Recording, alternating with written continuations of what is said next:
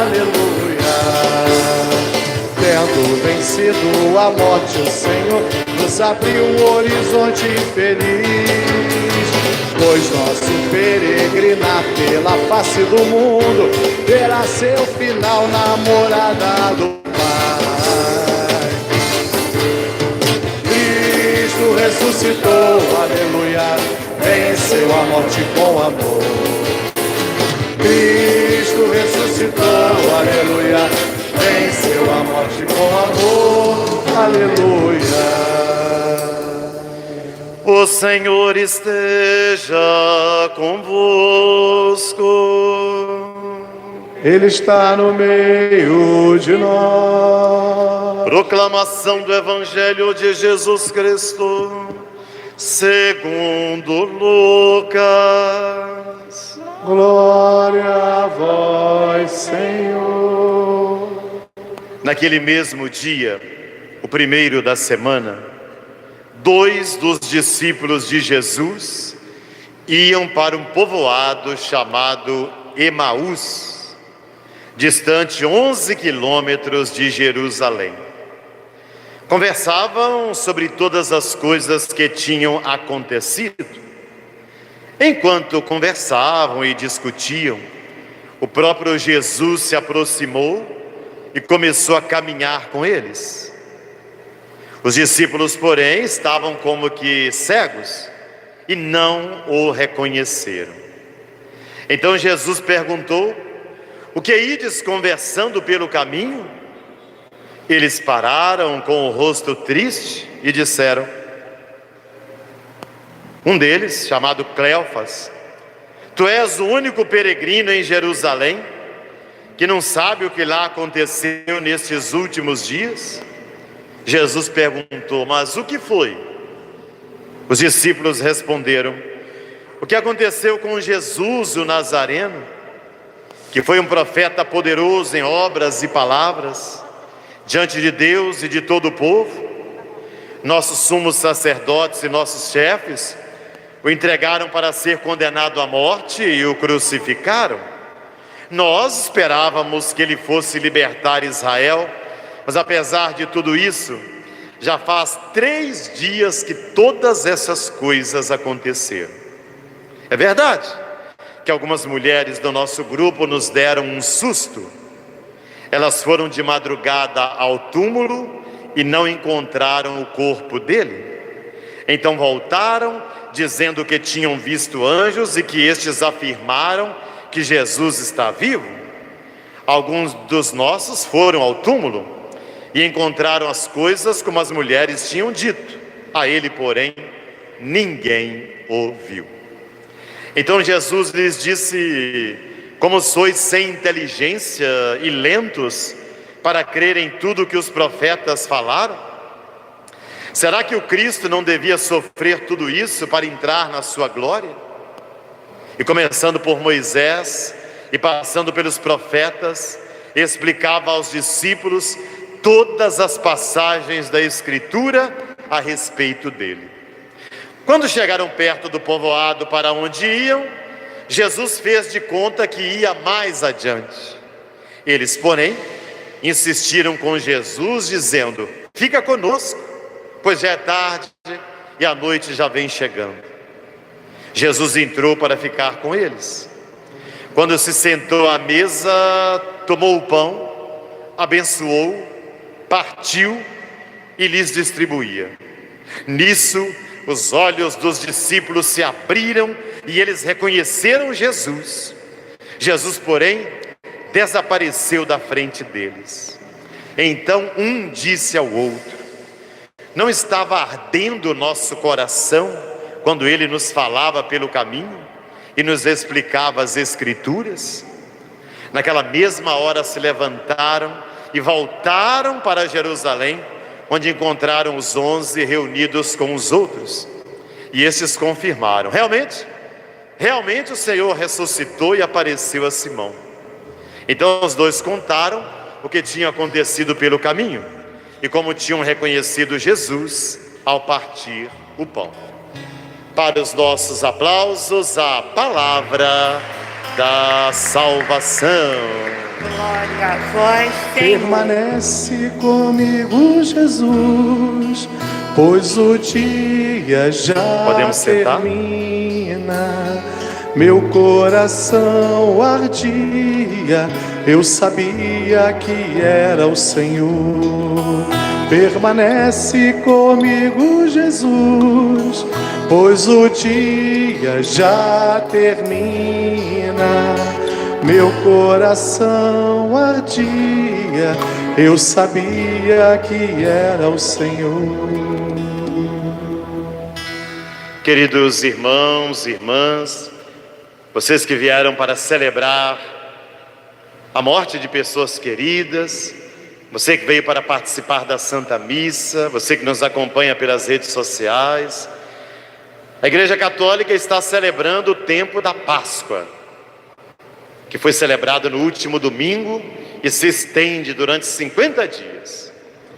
A Páscoa é para nós católicos a base da nossa fé, o chão onde transitamos no segmento de Jesus, porque a Páscoa significa que Jesus não ficou preso à morte, sufocado pela morte, mas venceu a morte, ressuscitou, voltou para junto do Pai e abriu a possibilidade de uma vida futura pós-morte.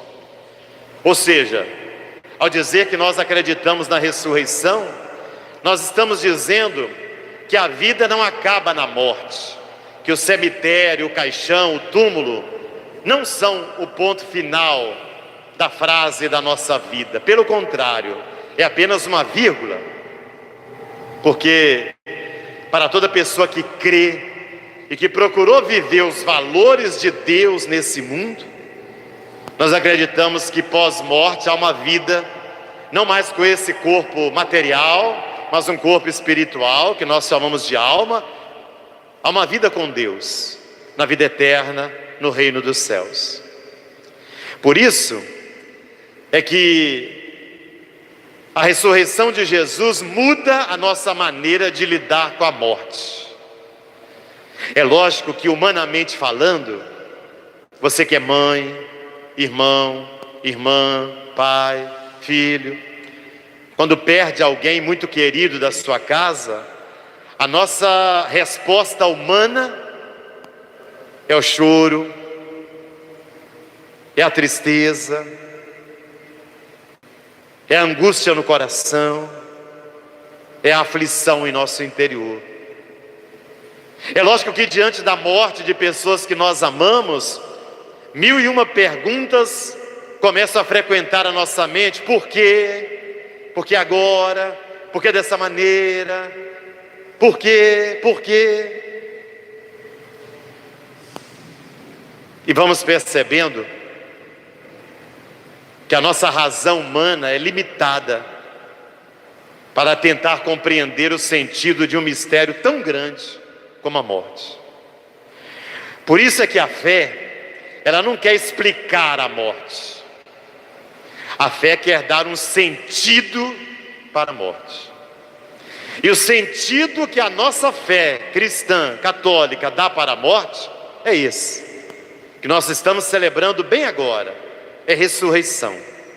Ou seja, que todos nós somos limitados e frágeis, que o que de mais certo sabemos é que um dia a nossa vida nesse mundo vai acabar, o nosso corpo, o nosso organismo tem seu tempo, mas que não há motivo para desespero. Tristeza sim, desespero jamais, porque quem tem fé não desespera, quem tem fé espera em Deus, e a resposta que Deus nos dá é que a morte é uma passagem. São Francisco chamava de irmã morte. Não precisamos ter medo da morte mais, ela não é um dragão que vem nos devorar, ela é uma porta, um umbral, por onde passamos para uma vida mais plena com Deus. É o que nos diz a palavra de Deus, é o que aconteceu com Jesus. Então, por maior que seja a tristeza do nosso coração com a partida de pessoas que nós amamos, que queremos bem, que gostaríamos que estivessem conosco, essa tristeza não pode apagar a certeza da ressurreição, já que o próprio Jesus é quem disse eu sou a ressurreição e a vida. Porque toda pessoa, ainda que esteja morta, ela não morrerá para sempre, ela viverá. Jesus se referia a essa vida eterna. Portanto, ao desejar feliz Páscoa uns para os outros, nós estamos dizendo isso. Nós não vivemos para morrer, nós morremos para ressuscitar.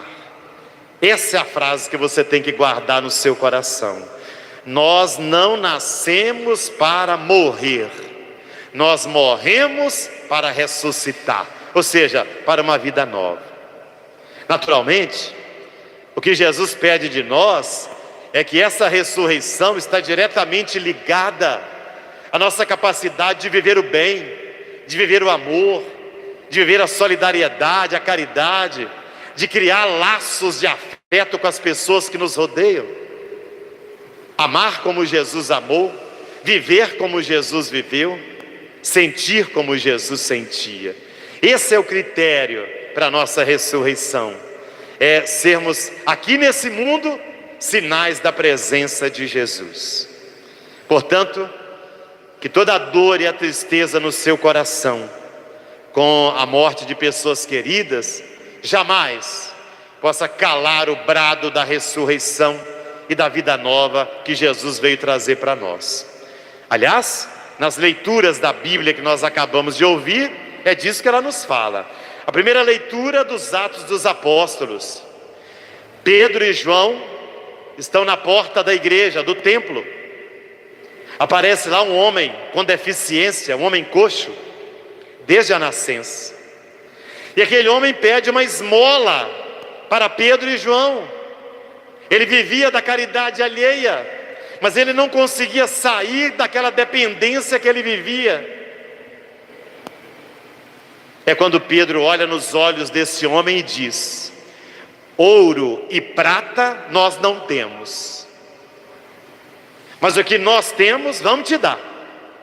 Em nome de Jesus, olha, em nome de Jesus, não é no nome dele, Pedro, não, em nome de Jesus, levanta-te e anda. E o texto diz que o homem levantou-se e começou a caminhar. Ou seja, os milagres que Jesus fazia em vida, os seus discípulos continuam a fazer em nome dele. A palavra nome na Bíblia não quer dizer nome próprio, meu nome, seu nome. A palavra nome na Bíblia carrega a identidade da pessoa, a autoridade da pessoa. Então quando eles dizem em nome de Jesus, é na autoridade de Jesus, é na pessoa de Jesus.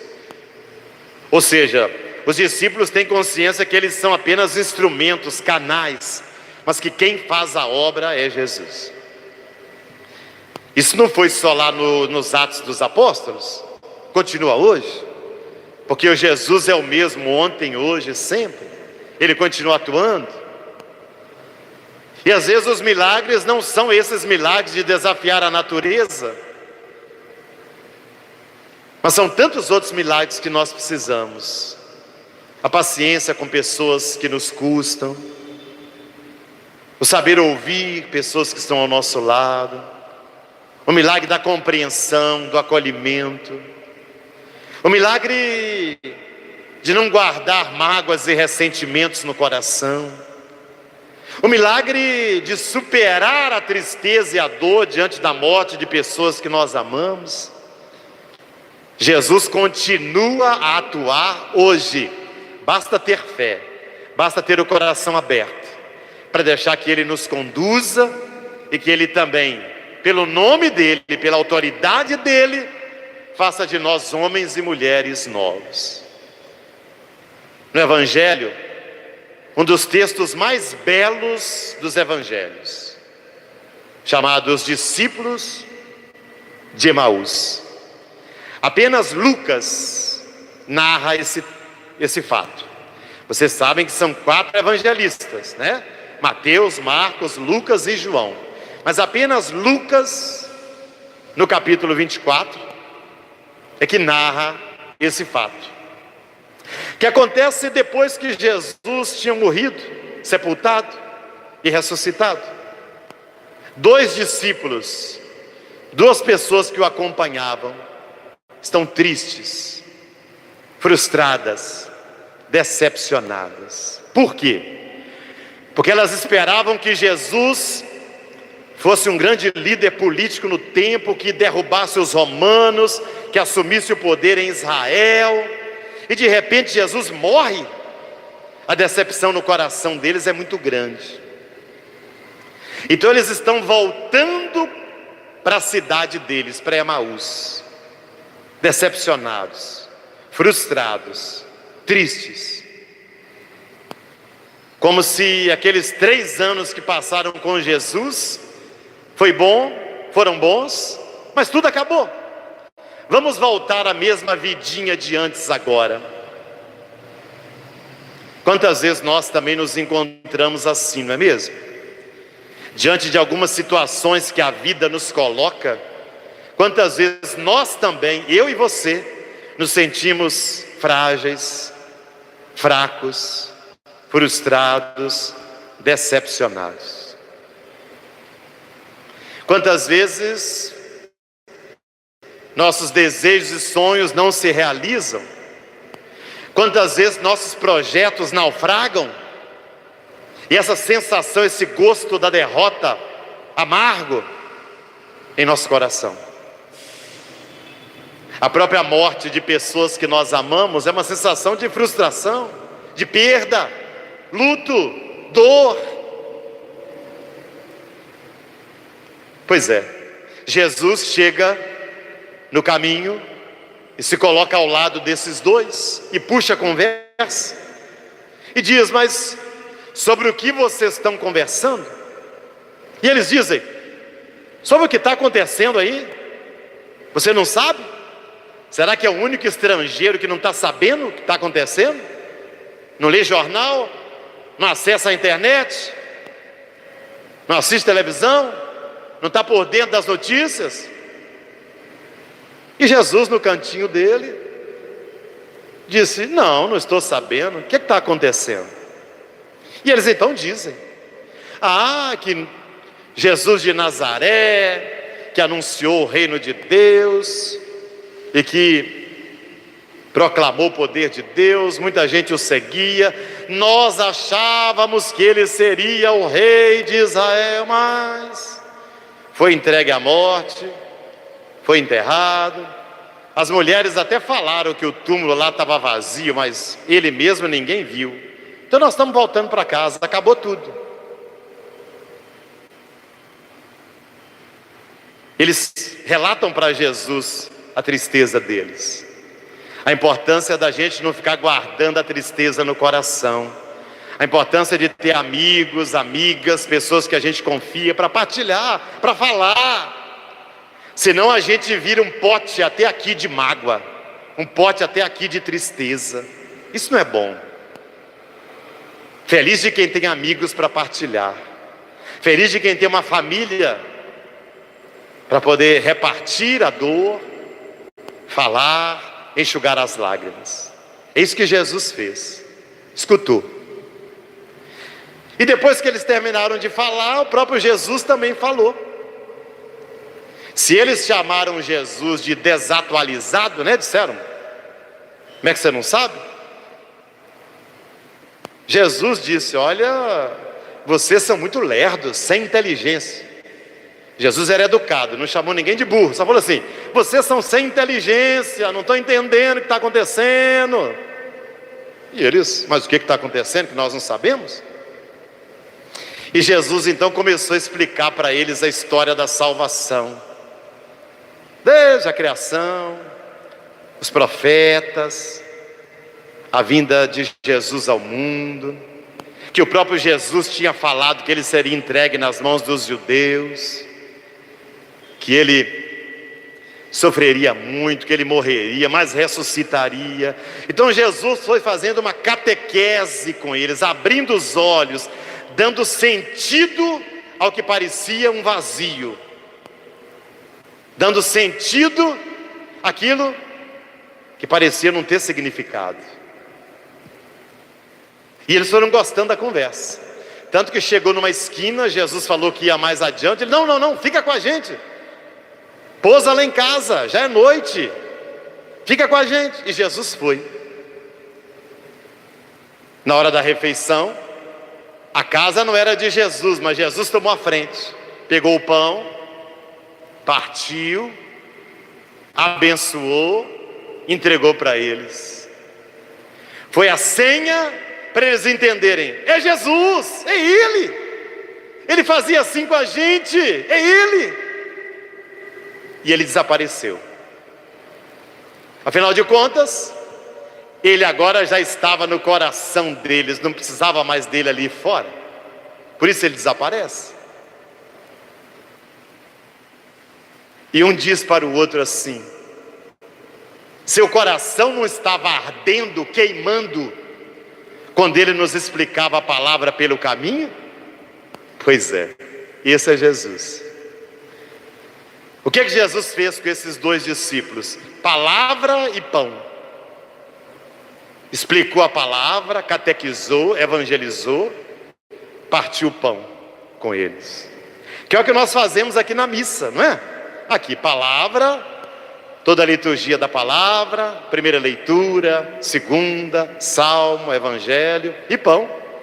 Nessa mesa, a hóstia consagrada, o pão sagrado. Jesus fez um caminho pedagógico, didático com eles, para que eles compreendessem o mistério que estava acontecendo. E eles voltaram correndo para Jerusalém outra vez. Olha que interessante. Quando eles estavam caminhando para Emaús, tristes, decepcionados, frustrados, agora que encontraram Jesus, voltam correndo, felizes, saltitantes. Na vida da gente também é assim. Quando a gente sofre sem Jesus, o desespero vem bater, a revolta, dá vontade de acabar com a própria vida, de brigar com Deus, mal-humorado. Agora, quando a gente sofre e percebe Jesus presente nos acontecimentos, a dor não nos destrói, a dor não nos consome, porque com Jesus nós aprendemos a dar um sentido para essa dor e a lidar com ela.